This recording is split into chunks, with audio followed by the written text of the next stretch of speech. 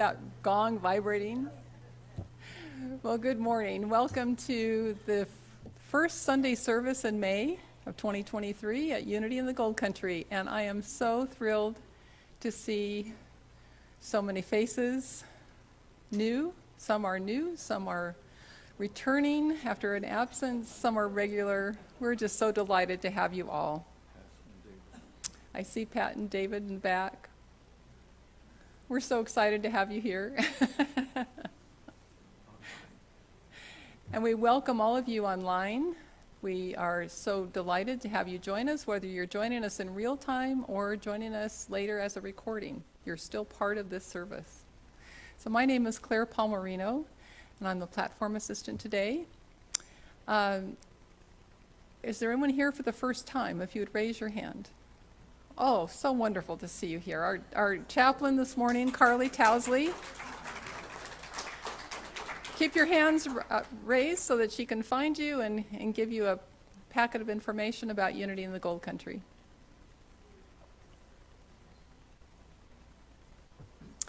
It is such a delight to gather together and to bring our hearts into unity. And as always, we begin with the lighting of the Christ candle. As we settle our spirits, let us take in these words into our hearts.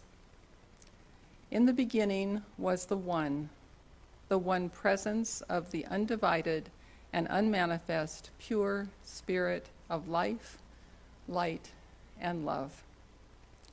In its generosity, it shared itself, its consciousness, and its love in the visible form of creation.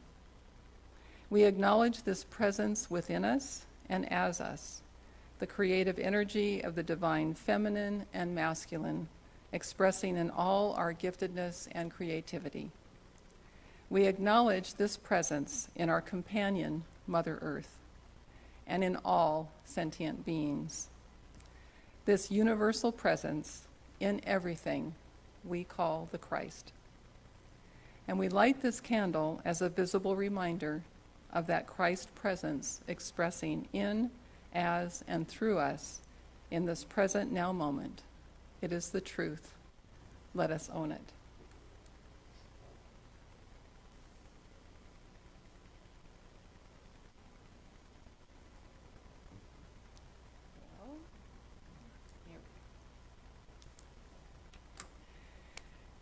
And our opening song this morning will be led in song today by Kelly Garmeyer, our star. You guys are sweet. Those of us that had the privilege of attending her Friday night concert a few days ago, we are still lifted high from the fun and the joy and the blessing of her music. So thank you, Kelly. Thank you very much. If you'd like to stand for our first song, God is My Source.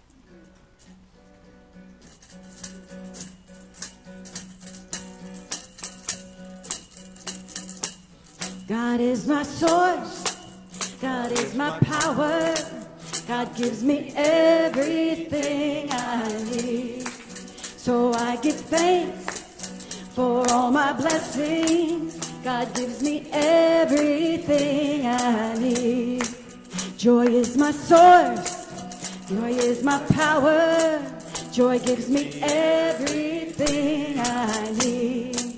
So I give thanks for all my blessings, joy gives me everything I need. Love is my source, love is my power, love gives me everything I need. So I give thanks for all my blessings, love gives me everything I need. Peace is my source, peace is my power, peace gives me everything I need. So I give thanks for all my blessings, so it gives me everything I need. God is my source, God is my power, God gives me everything I need. So I give thanks for all my blessings. God gives me everything I need. God gives me everything I need. God gives me everything I need.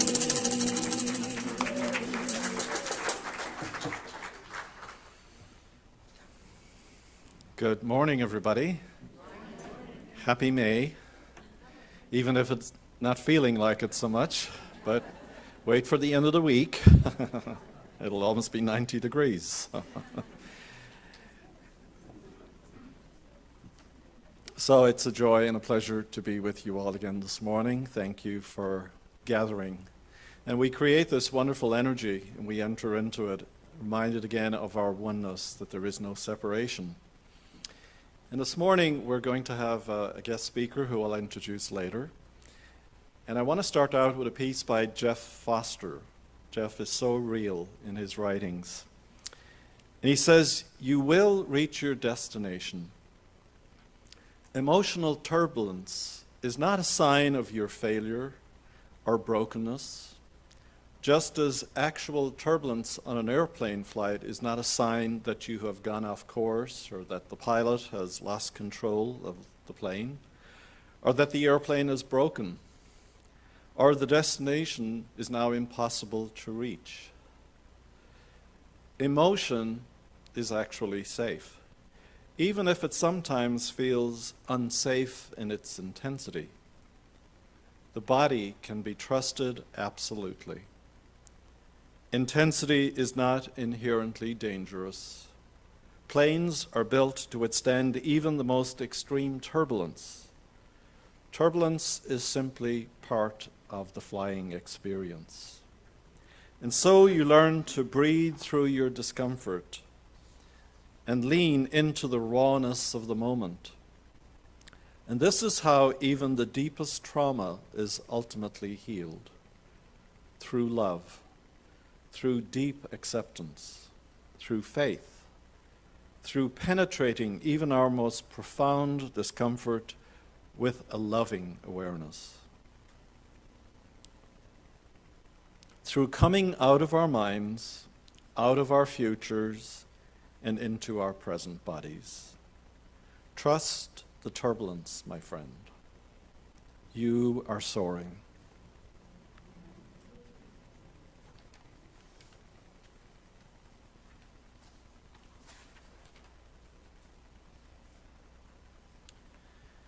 And yes, we see lots of evidence of turbulence all around us, don't we? Again this week, with another, how many more shootings? It's like daily now. And so, with that beautiful message that Jeff wrote, we enter into a time of prayer, of faith, of hope, of confidence. And we pray this morning for, again, all those who lost their lives this week, for all the friends, family members who are grieving, for all of the first responders and all of the people who have been traumatized by what they saw and heard. We hold them in our heart. We cannot stop feeling that pain and that suffering and those events. We have to open our hearts always to them, as challenging as it is. So we just take a moment to send light, to send love. And we pray then for Joan Smith, for Sarah Gordon, Richard Anderson, Mackenzie, Emmy and Andrew, Javier Ernst, Vanessa Stewart, Pat Woodruff, Jessica Caird, Donna Lott Sternberg, Angela Entwistle, Sharon Watson, Paul Fling, Paul Watson, Ashley Herbert, for Tracy Sterling and her family, for Christine J. and Chris Rapogla. And as we say, for all those who are suffering this morning, we hold them in our hearts. For all those assisting in areas of war, disaster, and trauma, we hold you in prayers of gratitude and love. For who else do we pray, if you would like to say their names out loud at this time?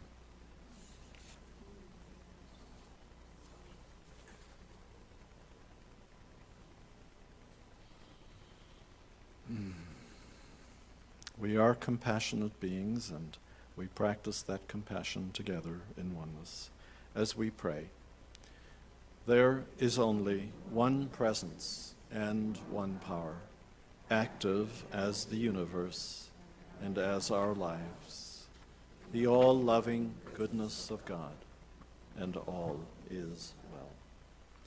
And we listen now to the daily word for today.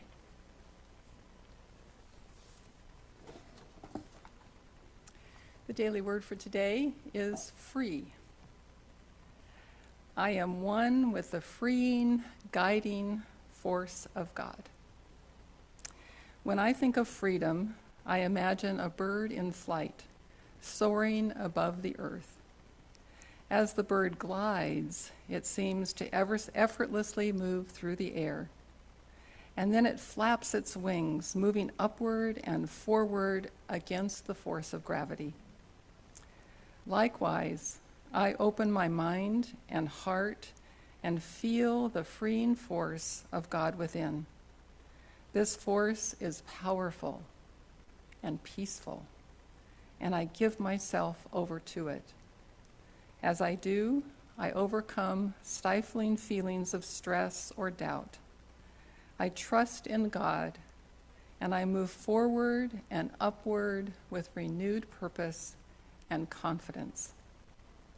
Just as a bird overcomes gravity to fly with purpose, I overcome the challenges and circumstances of my life to find my purpose and live from my divine nature. I am free. Would you like to say that with me? I am free. And now we enter into our time of meditation. And before we begin, I would just like to invite all of our unseen entities, beings that are here with us today, our angels, our guides that shepherd us. We invite you to stand behind us, to stand in front of us, to surround us, and join us in this meditation. As always, let us begin with the breath. Just observe the rise and fall of your chest as you take in air with every inhale and release it with the exhale. Just watch this activity of the body without changing it in any way.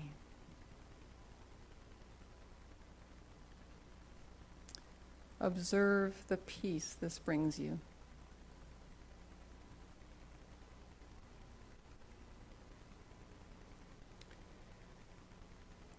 Now bring your awareness to the heart center. Feel into this space. As you do, you may feel a stirring within. This is the home of the divine spark within you.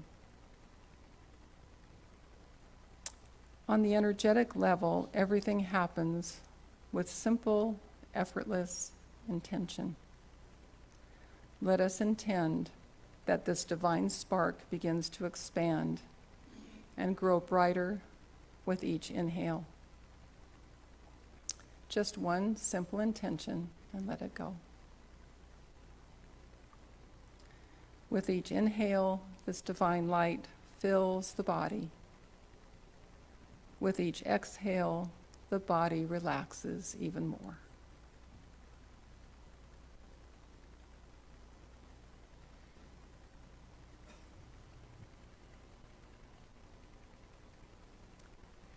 And now with each inhale, that light expands beyond the body. Allow yourself to become aware of the space in front of you and behind you, above you and below you. Feel the space to your left and to your right. You are not limited by the physical boundaries of the body. With each inhale, your light expands. With each exhale, your body relaxes into even deeper stillness.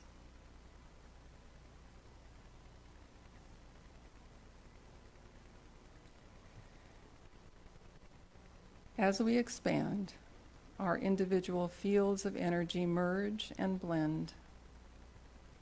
At this frequency, there is no time and space. Whether you are here in the sanctuary or joining in online, your energy field merges and blends with all participating in this meditation. And as our energy bodies merge, we form a collective consciousness. And as we join our hearts, we amplify our vibration into the frequency of divine love.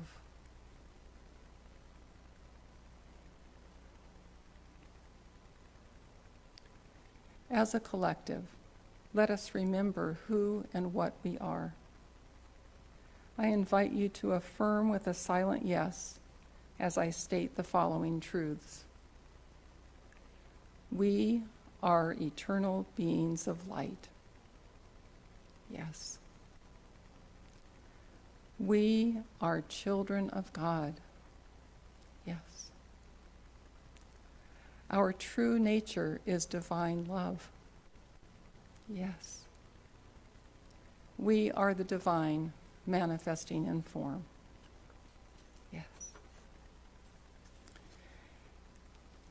As one collective consciousness, let us enter our collective heart, a light and love-filled chamber.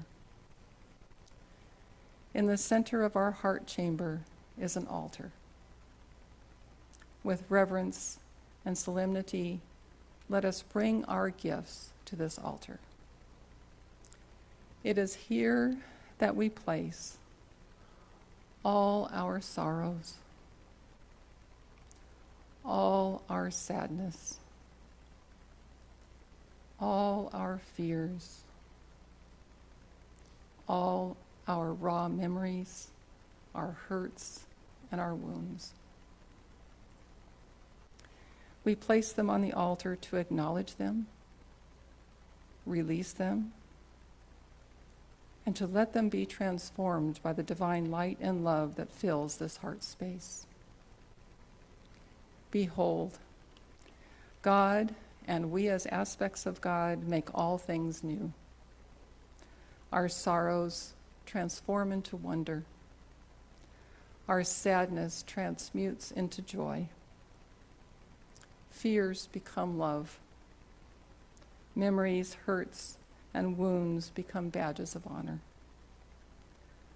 The one who is pure love, our Mother, Father, God, embraces us and welcomes us home.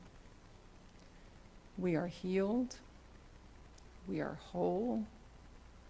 We are loved. Let us rejoice. Joy bubbles up in our hearts. Let us smile. Let your face begin to grin. Let us glow. Our light spills out of every pore. Let us show the world our radiance. We are free. We are free. We are free.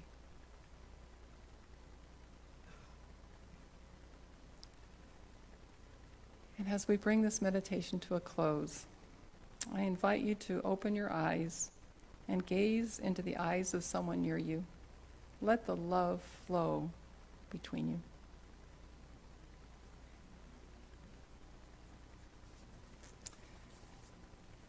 And now we move into our song, God Within Me.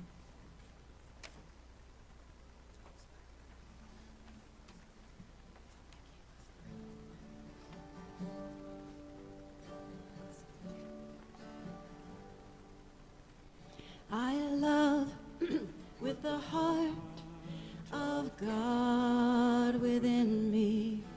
I sing with the voice of God within me.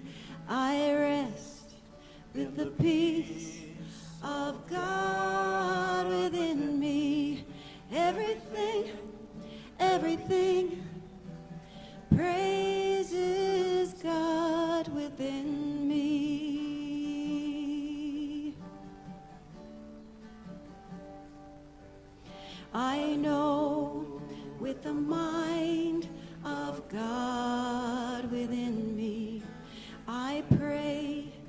with the faith of God within me.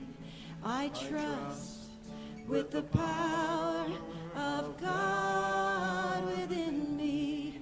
Everything, everything praises God within me.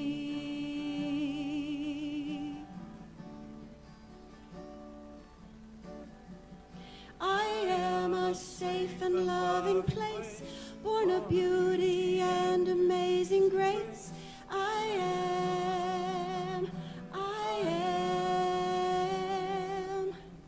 I laugh with the joy of God within me. I shine with the light of God within me. I am who I am because of God within me. Everything, everything praises God. Everything, everything praises God. Everything, everything praises God within me.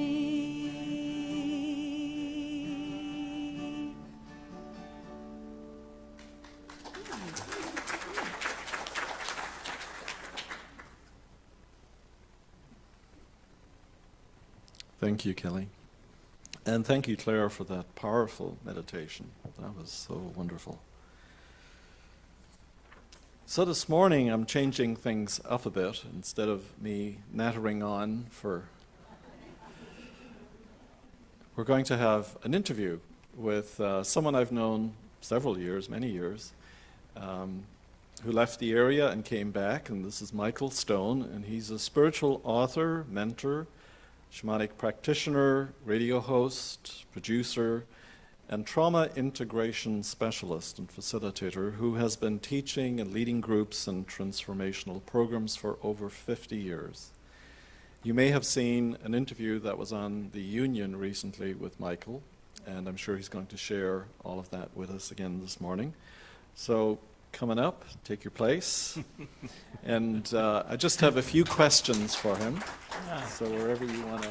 Okay, let me get my tea. Just You got your tea? I have my tea, yes, to keep. Yeah.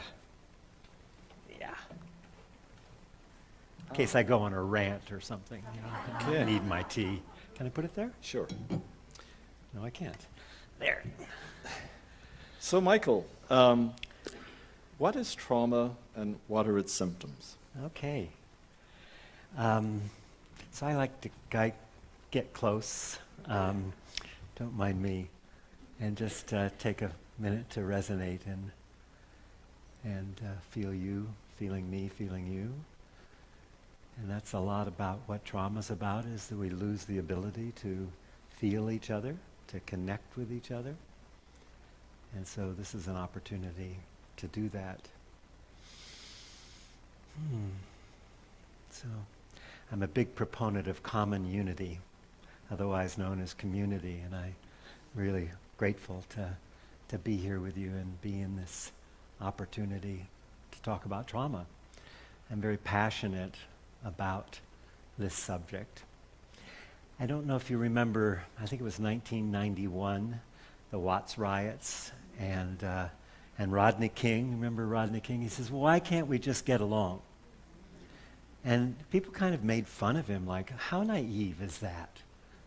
You know, I thought that was like, is there a more essential question than that? Why can't we just get along? And, you know, it took me many years when I had my radio show here for, I think, 17 years or something. It was to heal the wounds that separate, alienate, and marginalize us. So I had a lot of different people, spiritual authors. Jerry and I collaborated on a number of people like Jean Houston and Barbara Marx, who was here also. And so I've been looking at this question for a very long time. Just so you know, I'm a trauma poster child also. My parents were both at Pearl Harbor, pretty disastrous on their health. My mother committed suicide soon after I was born. You saw the article in the paper about my wife being murdered 41 years ago. We just finally got a guilty verdict last month. After 41 years. Pretty amazing, huh?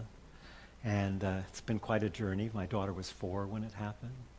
So I've been in the trauma area all along. Much of it I didn't realize I was in that area. I didn't even realize how traumatized I was by much of it. So this word trauma, when we say trauma, it's not the thing that happened. And I think that's really important to start with, to recognize that trauma is the reaction to that thing that happened. So we often think, oh, it's because this happened or because that happened. But we have different aspects of how we meet trauma.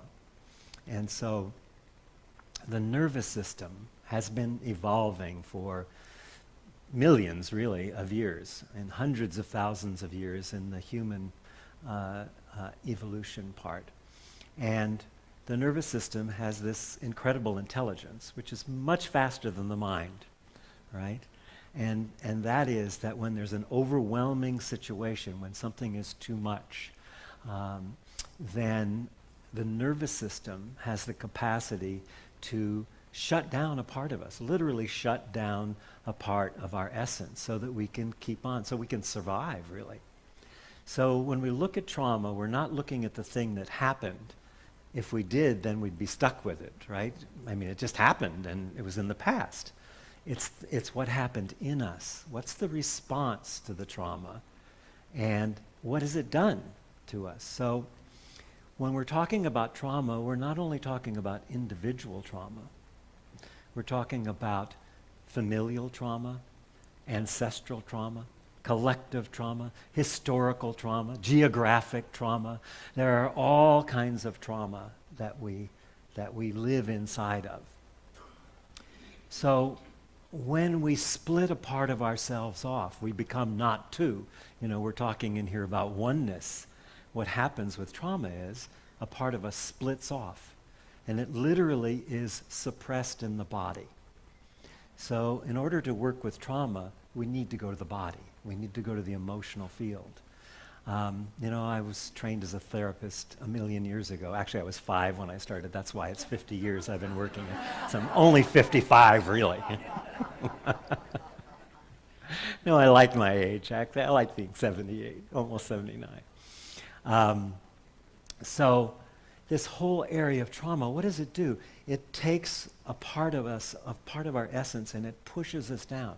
And so our ability to respond to just simple things like, habits my wife or my husband have, can suddenly blow up into this huge thing. And it seems so like, how can it be, how come you blow up like that? And all I say is, did you take the trash out, and so the reason is because you're not responding to what's happening now. You're responding to this suppressed part of our nervous system that we pushed down. And when we push it down, it doesn't feel safe. It's a matter of safety. So when you feel a triggering event, something you would say, oh, that was really a difficult time, or that was a hard situation, or I had a rough time at work today, that's a pretty good chance that there's a trauma underneath that. And so being able to be in the body, and I worked in the corporate world as kind of a corporate shrink and OD professional for 35 years. And I used to say I work with heads on sticks. The only reason they have body is to take their head to the next meeting, right? It's kind of like that. Anybody who's been in I've worked in big corporations and governments for a long time. And so also the trauma event that happens and when it shuts down, it's very related to age. So I can say I've been with many CEOs and leaders, in organizations. I see another person, there's been several people that have been big leaders in the community here. All of a sudden, they're 3-year-old, they're a 5-year-old, throwing papers up in the air and like, what, you're 60 years old and you're still throwing paper up in the air, because the trauma happened at that particular age. And so the response is really that particular age. So trauma, again, is not the thing that happened. And in order to release that trauma, and I can say more about that later. I want to keep with Jerry's questions here. I have a tendency to go off. But the two options when we have these suppressed parts of ourselves are, one is to be hyper-regulated, hypersensitive, overreactive. That's the one place that we go, is this hyperactivity. The other is to really dissociate and push away and numb ourselves so we don't have to feel it. A lot of addiction, a lot of those kinds of things, so we don't have to feel this.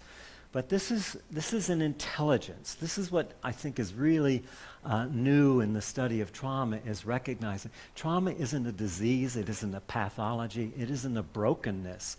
There's a lot of stigma around it, but the reality is it is an amazing intelligence that's been evolving for hundreds of thousands of years. And so we carry all that, We say, oh, our ancestors are buried. No, our ancestors live in you, right? They're in you. They're literally, through genetics and epigenetics, all of these things have passed down. So the good news is that we have a lot of resilience. You know how I know that? You're here. If we didn't, you wouldn't be here. So we have all this resilience from our ancestors that have been passed down through generations. But we also have much of the trauma.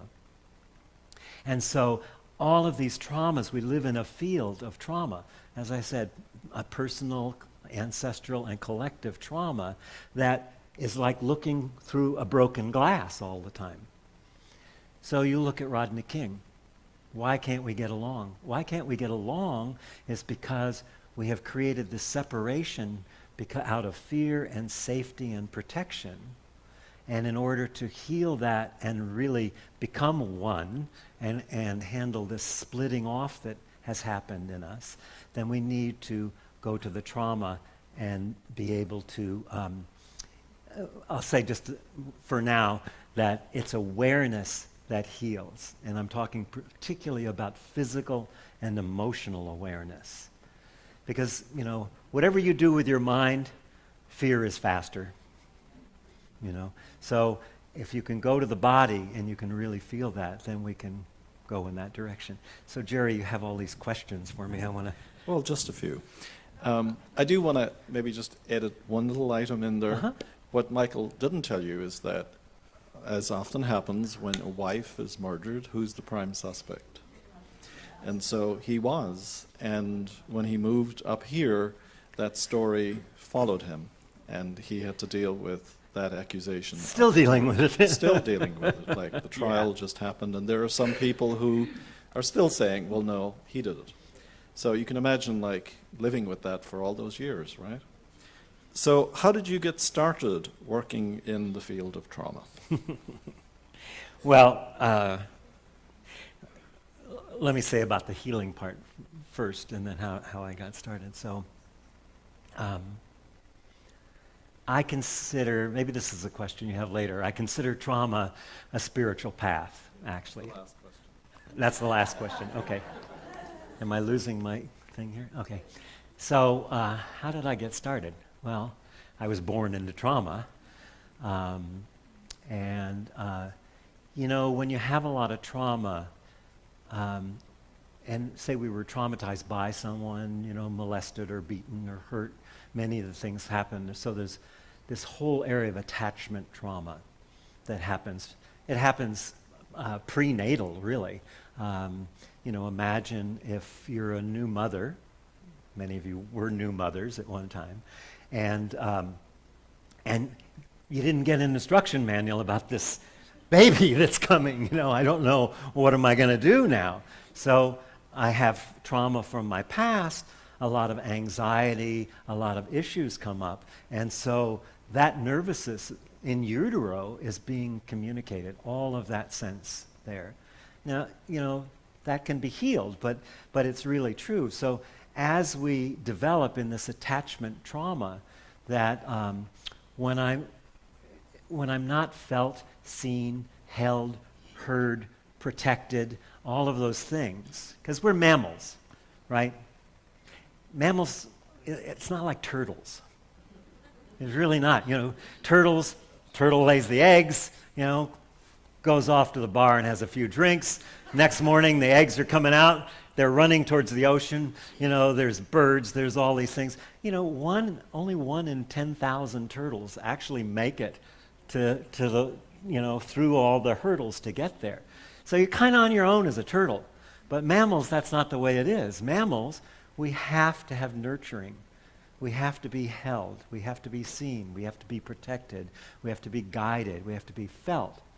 But if we've got parents that are traumatized, and their parents before them, and their parents before then, because, I make sure I don't ever blame parents no matter what happened, because it's normally handed down from generation to generation. So when you have, when you didn't get these things that we really need, those are early traumas that happen. And many of them are, because before the age of 3, many of them are implicit. In other words, you can't trace back and say, yeah, when I was 1.5, I got spanked or put in the closet or something, because you don't have a memory of that.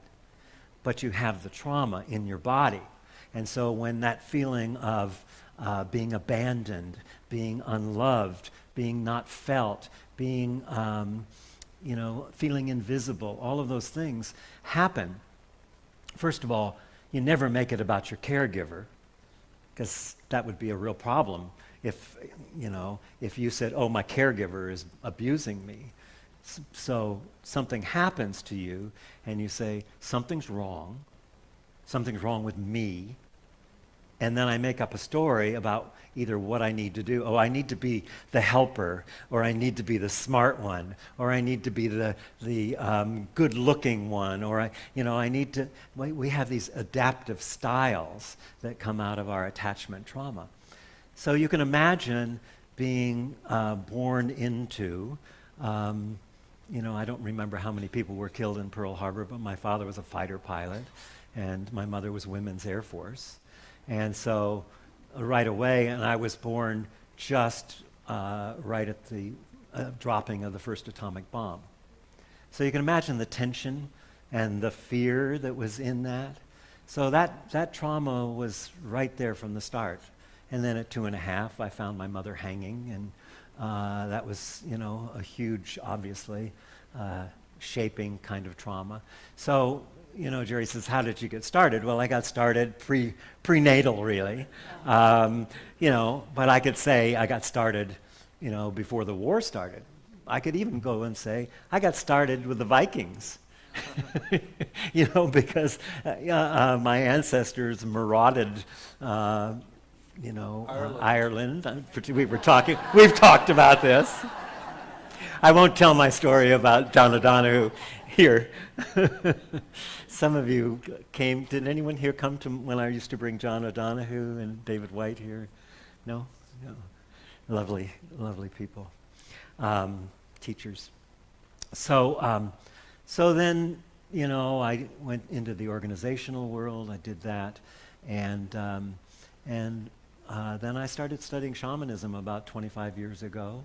And I got really interested in soul loss.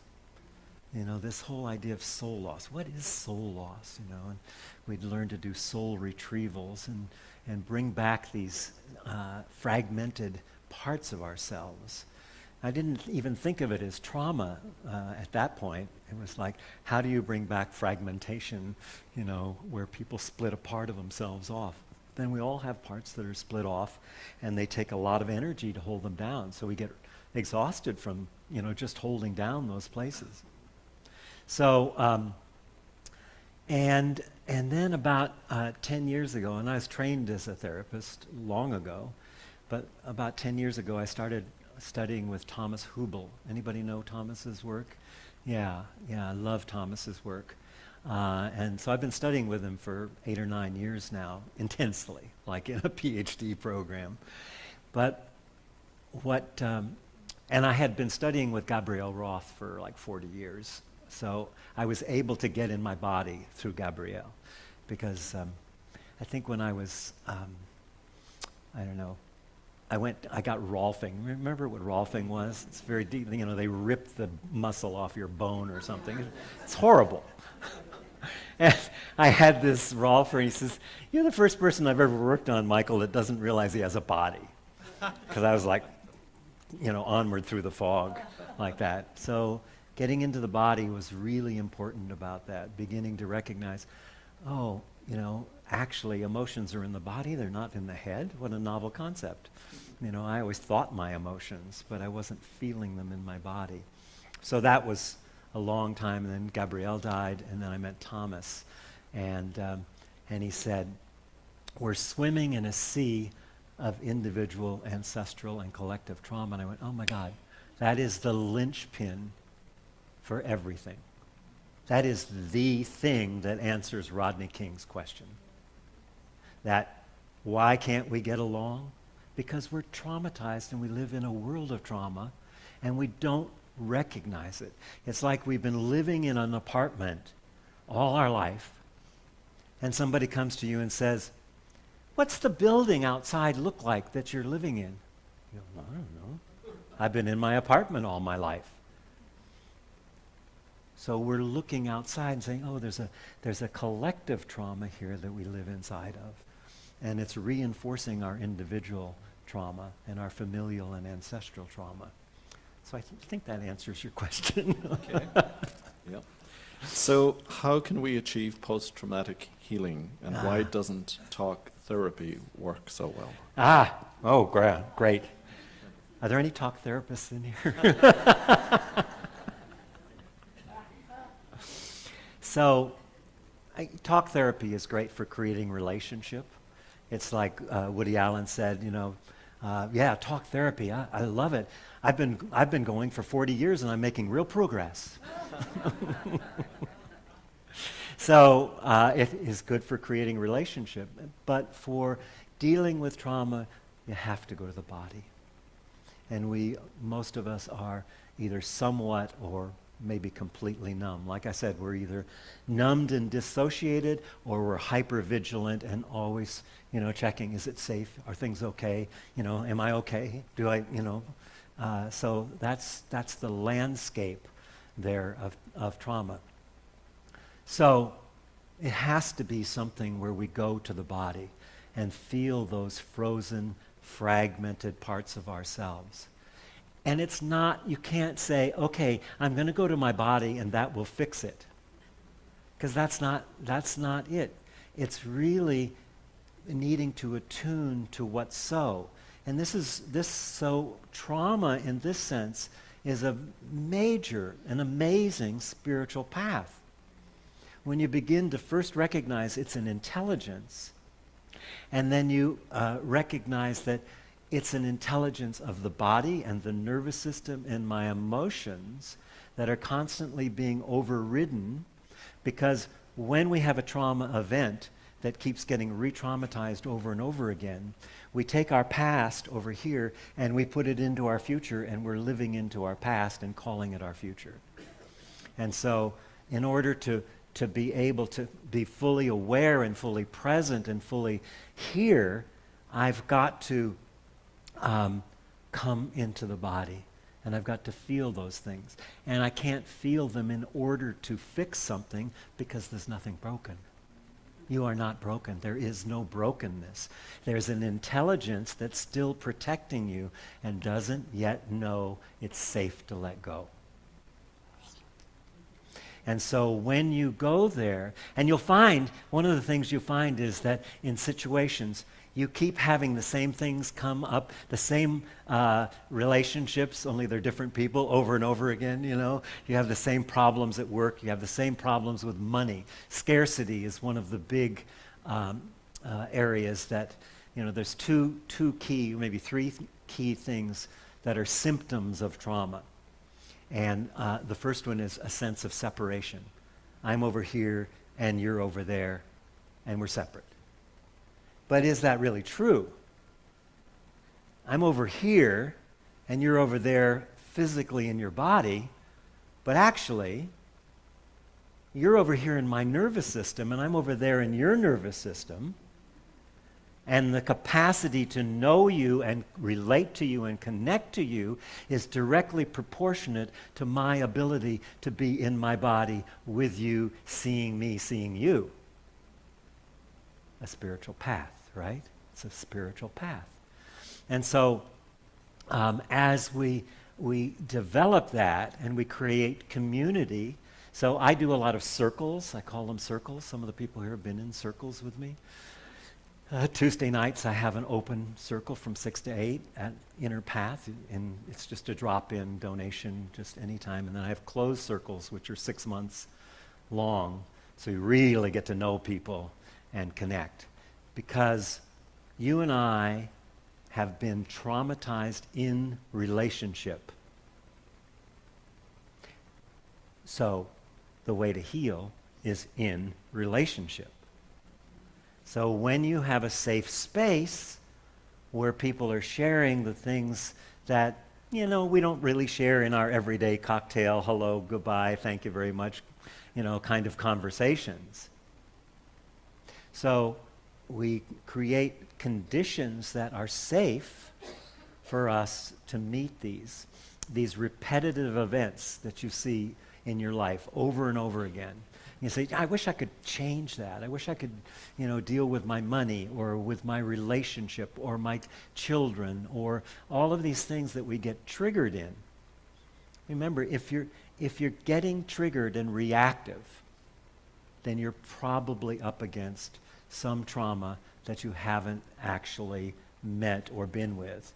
Particularly if it occurs again. If it's repetitive, you can be pretty sure there's a trauma there. A suppressed part of your essence that closed down as an intelligence to protect you. And then allowing yourself to actually get in a safe place and be able to share that creates inner space. What happens with trauma is we get constricted. So there's no inner spaciousness. I can't be with you because I'm like tight. It's tension. Just take a moment right now and just feel into your body.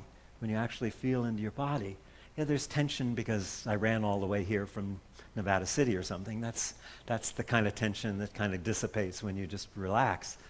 But then there's chronic tension. You can feel it maybe in your neck or your shoulders or parts of your body. You go, oh yeah, I always have that. I keep getting massages, but they're not doing anything. Because we have to meet it somehow to create inner space. When you create inner space, then you move from reaction in these situations to the ability to respond, to be able to meet them. And that's where the alchemy of the spiritual path actually happens, is when I can meet those trauma points and be with them. That's an alchemy that creates space. And when you create more space, there's more creativity, more innovation, more aliveness, and literally, there's future that is happening in the present. We think of future as somewhere out here, but really, if anybody knows the work of Otto Scharmer, he talks the theory U, the idea that presencing brings us into the future. The future's not something. So trauma work and trauma integration work and fragmentation is a spiritual path in that we're actually able then to create that future of connection, of community, of feeling ourselves, feeling each other. And so it changes your conversations. It changes your way to meet the world. Because now I begin to go, I get triggered and I go, oh, I'm triggered. What's going on here? Oh, yeah, I'm feeling a lot of fear. I'm feeling a lot of anxiety or stress. What's under that? And I begin to really explore. And I do meditation, contemplation, prayer. Those are the mystical pathway to, not to this thing. We talk about oneness like it's a bumper sticker. But it's really, that not to-ness is healing the fragmentation of a traumatized world, a traumatized self, a traumatized family. So I better let him ask me a question. Do you want to have a little break? Thanks. So I'm going to give you the two last questions together because we know about this one. How do you know if you suffer from trauma or not? And what do you mean when you say trauma integration is a spiritual path to awakening? Yeah, I kind of answered them a little bit, but That's okay. yeah. So this is amazing work, you know. This is the idea that trauma response, it's not the trauma response is a path of awakening when we can touch into it and experience it. And it allows us to enter in, I call it an alchemy, you know. It's like when we can get into those parts, because it's like, trauma's like holding down a beach ball in the water, you know, and then you got another beach ball you're holding down, and then another one over here. Sorry, I can't lift that other foot, but, you know, we've got all these traumas that we don't think of them as traumas. They just feel like stress or anxiety. But we are so in a traumatized world. I mean, just look at COVID. How traumatizing was that? You know, everybody experienced trauma. And most of the trauma we experienced was really an experience from the past that got reactivated, experience of being separate, of alone, of not seen, of, fear, all of those things that happened. So much of that was the past. So what would it take for me to have presence and presencing? I talk about presencing because it's a verb.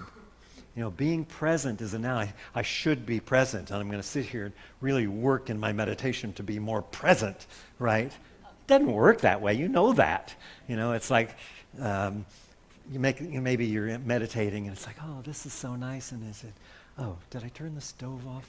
Oh, I feel like there's beetles in my hair. Ooh, you know, and and my trauma was so good before, and now it's bad. No, there's no such thing as my meditation was so good and now it's so bad. There's no such thing as a bad meditation. The more space you make for the trauma to exist and give it space, the more I'm able to create from an openness. I have more ability to respond instead of react, and to really be with those traumatizing moments. So first I may get triggered by my boss or, my partner or something, and I might have to go off and sit somewhere and go, okay, what's going on here? This is very familiar. I'm going to sit here and meditate. And then, it starts coming up again.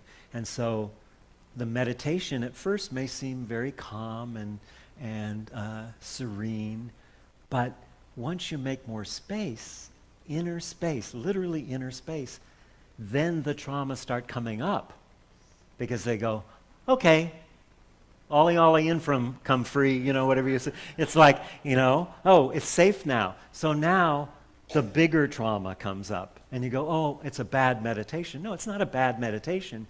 You've actually created an opportunity for the things that you've been suppressing to come up and be met, and to be and then you go, oh, I'm fixed now. No, there's no such thing as being fixed.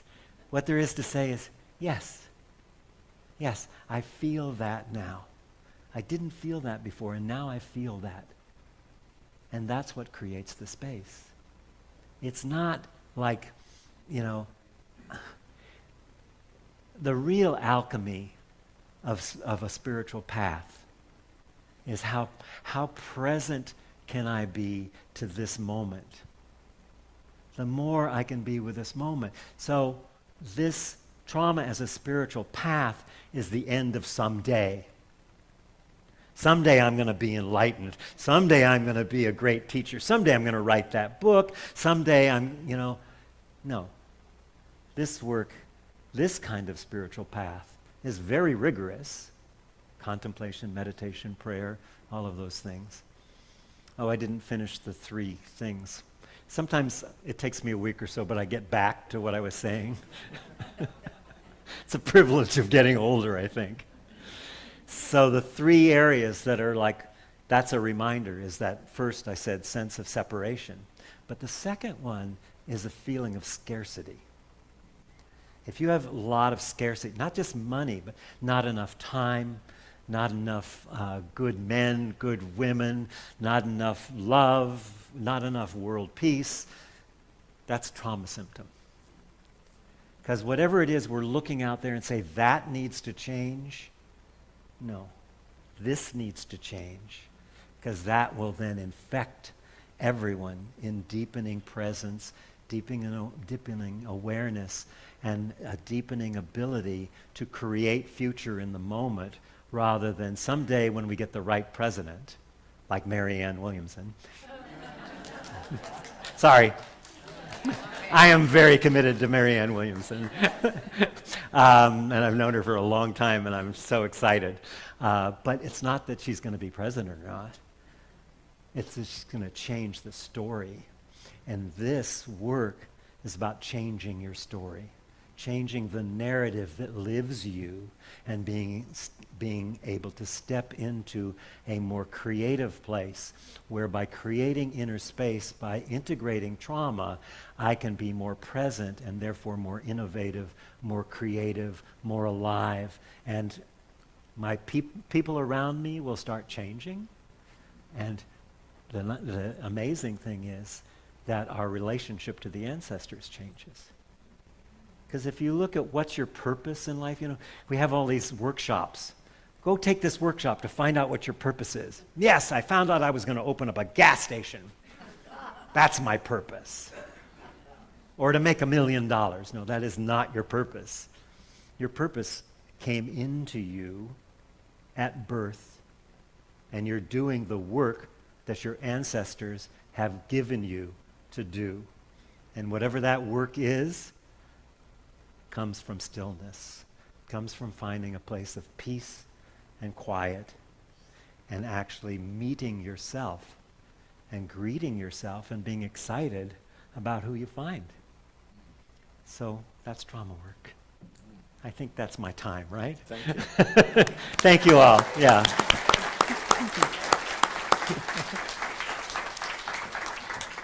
I have so many things going through my head.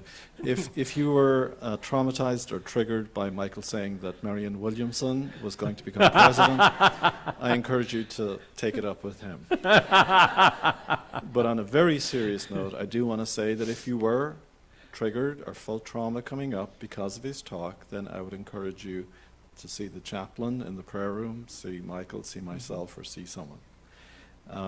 Can I just say there's cards back there for invitation in the back for coming on Tuesday night, or the trauma groups. Okay. So please do come. And this coming Tuesday morning here in Spiritual Exploration at 10 a.m. and the following Tuesday, Michael is going to come and lead a group. So if any of you want to come and be here and see what the work is about, we have that for you. Who thinks maybe they might come? Okay, we'll be meeting in here. Great. Good. Good, good. Yeah, I mean, I realized that my great-grandparents lived through the famine in Ireland. And my grandmother, my only grandparent that I knew, was born in a workhouse because that's how poor they were. So I guess I must be healing that ancestral stuff around scarcity, because here I am with unity. That's a positive thing, yeah.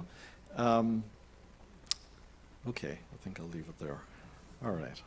Thank you so much. You're an inspiration to all of us, for a 78, 79-year-old who's still living his passion. Thank you for doing that. All right, it's that time in the service when we move into a place of awareness of abundance and gratitude for our blessings. So we can hold our love offerings over our heart. I know that many of you give electronically, so you can still place your hands over your heart. And if you're giving with someone, you can hold hands. And together, we pray our blessing. Prosperity flows to us and through us in unending streams of plenty. The inexhaustible resource of spirit is equal to every demand. And so it is. And now Kelly has a very special piece of music that I'm sure you'll all love. Yes. Mother, Father God, there's a healing going on.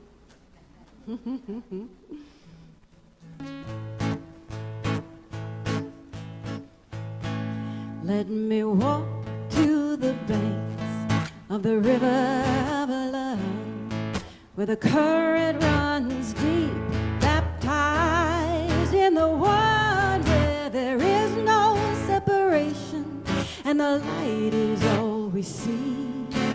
Honoring all our differences, and love has set us free. Oh, Mother, Father, God, there's a healing going on. Join me.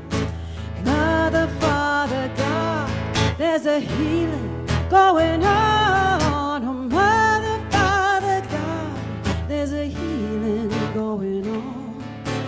Oh, you rock my soul. Oh, I say, oh, you rock my soul.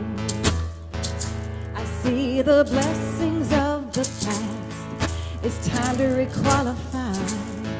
Let's not forget, but learn to forgive. God knows we gotta try. It's my responsibility to heal the wounds in me. Compassion, faith, and hope, and love, and truth will set us free. Oh, Mother, Father, God, there's a healing going on. Mother, Father, God, there's a healing going on. Mother, Father, God, there's a healing going on. Oh, you rock my soul. Oh, I said, oh, you rock my soul. One more time. Oh, Mother, Father, God, there's a healing going on. Mother, Father, God, there's a healing going on. Mother, Father, God, there's a healing going on. Oh, you rock my soul. Oh, I said, oh, you rock my soul.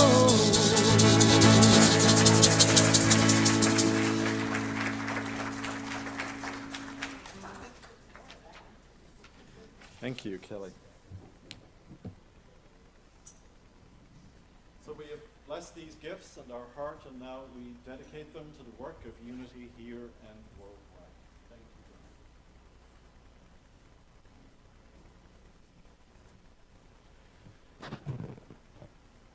you. Leslie, come on down.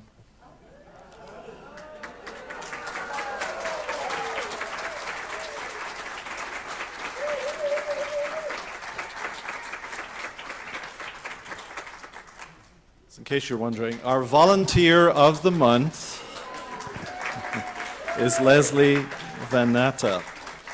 And for those of you who don't know, Leslie is really the person who runs everything here. She's my ministerial assistant, your ministerial assistant. We're so lucky and blessed. And once upon a time, she was involved with a little church that was starting up. And putting out chairs, setting things up on Sunday, just up the street. And then one time, Joe asked her to be a platform assistant, and she almost had a traumatic reaction to that.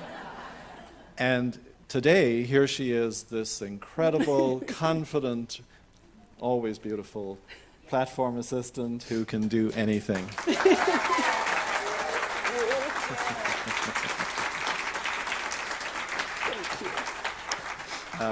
She has been on the board, was president of the board, and unfortunately I had to ask her to step down from that role so that she could become the ministerial assistant.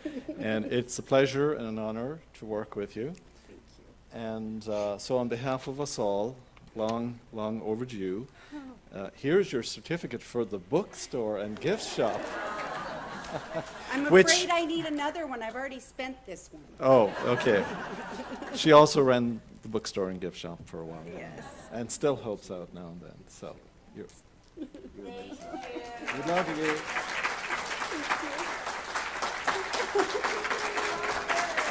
Woo!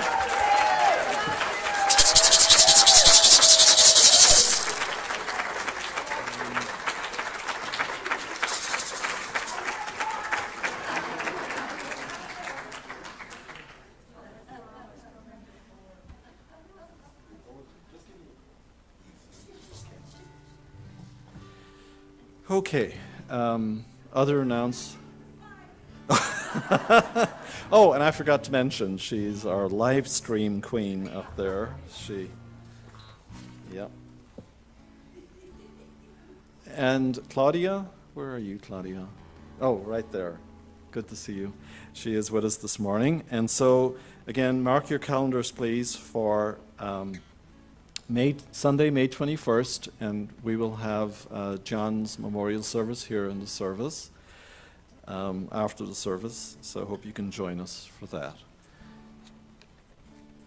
And then, as I mentioned, our spiritual exploration on Tuesday is with Michael, and again the following week on the 16th, and then after that it will be with Catherine Mary Beatty, with astronumerology for 2 Tuesdays.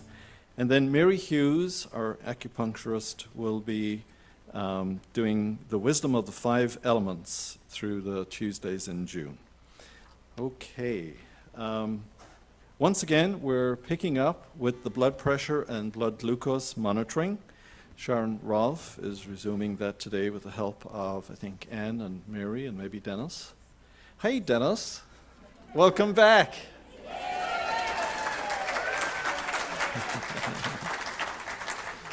Thank you all for all of your prayers that he had such a healing, really, while he was in the nursing home. But he's home, and that's good. And then the energy healing clinics are next Sunday, May 14th, at 2, 3, and 4 p.m. Mary Hughes is right here, and she is taking names. So if you want a session with any of the practitioners, please see her. Is the sign up on the table? Yes, and I'll be in the glucose clinic, so. Oh, yeah. Sandy will be back there, so sign up. There are a few openings, all right. Okay, wonderful. All right, check it out, see what's available. Okay, the attic. Saturday, May 13th and May 27th, work days. Again, we have a big team signed up, but if you want to join us, that's great too. And Catherine Mary wants me to announce, of course, that the gift shop, Connections Gift Shop, has lots of lovely gifts for Mother's Day, Father's Day, graduation, self-giving. Okay. So it's all in the bookstore gift shop. And again, just a quick reminder that if you want to sign up to do the hospitality house dinners for the homeless, then we need you to go online and get your certificate. It's like 2 hours of videos, and then it's just answer questions. It's really very good information that we all should know anyway. And then Tuesday, at 9 a.m., we have the Qigong Tai Chi class. And then next Sunday, we're going to try this out. We're going to spend 10 minutes from 10:20 to 10:30 doing a little Qigong Tai Chi to see if that will bring us more into a place of connectedness and unity energetically before we start the service. So next week, plan on being here by 10:20. Let's see. That's right. And Inspiring Women have a hand and foot game on Wednesdays, 12 to 3. That's at Kathy Lee Knight's home, if you're interested. And the Bottonfield Garden, if you want to help grow produce out of their farm, they would love your help. So please sign up on the back table in the sanctuary. And finally, if you want to receive the e-bulletin, there's a sign up for that too, because that's where all the information is. We have some stuff up on the boards if you want to look there. And then I do want to thank Claire for the meditation, Kelly for the music, Joe Darby and Somerville for the greeters, ushers, Di Connell and Caroline. Hospitality, Sydney Grimsby, Mary Cooper, for Ed Dennis up there in the sound booth with Leslie, for Deborah Ebenson in the bookstore, for the altar, which is beautiful, Patricia Plank. This is really the Pentecost banner, so we're heading towards Pentecost. And I love that your message, Michael, was all about embodying the incarnation. God came to this dimension, you know, so that the divine can experience this. That's why we're here. It's not about going someplace else. It's experiencing it here.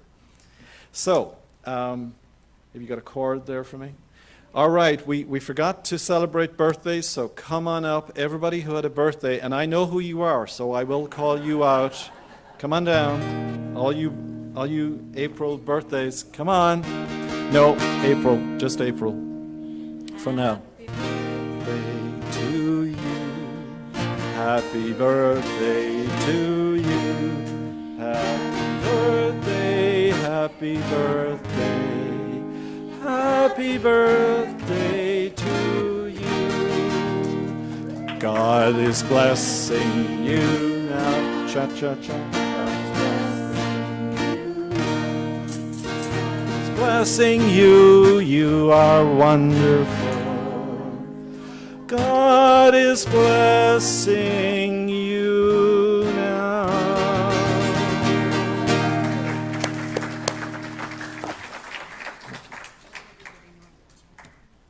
And Carly is our chaplain today, so she will be in the chapel around the corner.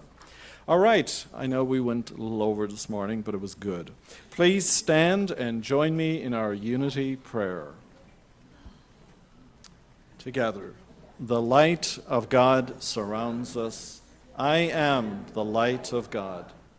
The love of God enfolds us. I am the love of God. The power of God protects us. I am the power of God. The presence of God watches over us. I am the presence of God. Wherever we are, God is, and I am, and all is well. Take it away, Kelly.